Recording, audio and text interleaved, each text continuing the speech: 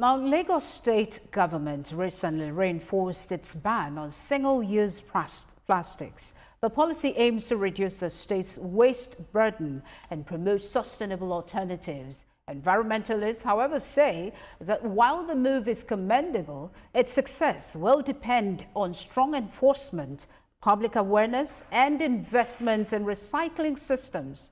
To this end, the Nigerian Conservation Foundation is championing public engagement through its flagship initiative, Walk for Nature. The annual event draws thousands of participants and aims to raise awareness about environmental conservation and responsible waste disposal. Over the years, the campaign has helped drive conversations and community action toward cleaner, greener cities.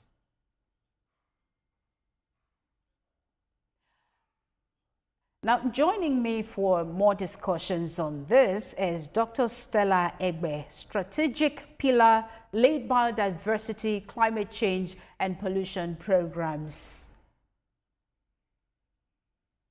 Good afternoon, and thank you for joining me. Thank you for having me. It's always a pleasure. So, Lagos State is now actively enforcing the ban on single-use plastics through raids and confiscation. But I'd like to ask you, do you believe that this move can truly make the difference the authorities are anticipating? What's your take? Yes, I think that enforcement is a very key step in changing behavior. Um, raising awareness and educating people is one ballgame, but when it comes to enforcement, this is a sole responsibility of government. And I think that the contribution of that to reducing plastic waste will be quite remarkable.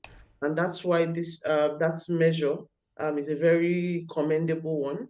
And then it would continue to support with awareness so people can know the impact of this plastic waste and how we can all benefit from reducing that in our environment. All right. So every rainy season, floods return to the mega city. It's a real issue. Poor drainage or poor waste habits. What do you think? Yes, so our environment is changing, our climate is changing. And so we have to adapt and also change the way that we are living. If we continue to um, manage waste the way we did 10 years ago, and then we are having higher volumes of rainfall, flooding would definitely increase, which is what we are observing now. Our gutters and waterways are all clogged up. And so what can we do as citizens? What can we do as government to contribute towards the efforts and then mitigate the impact of this? Because everyone that stays in Lagos and even other coastal states will tell you this is a first-hand experience for every one of us. And so managing our waterways would include proper waste disposal, ensuring that our solid waste do not end up in the waterways that are supposed to, take water to our larger water bodies. So this is a very key situation for us. The rainy seasons are ending, but every time it rains in Lagos, you see what is happening. So the Walk for Nature provides the avenue to start and to have this conversation again.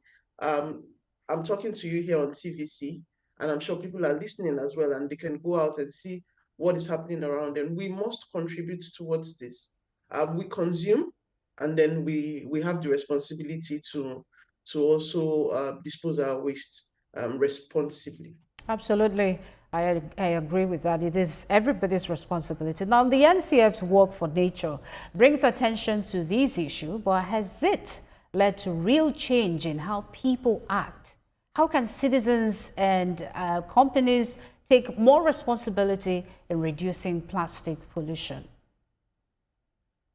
And so NCS Work for Nature, it's a huge call to action. It's something that's been going on for years. And changing attitude begins with starting that conversation. But beyond raising awareness, it's an advocacy tool.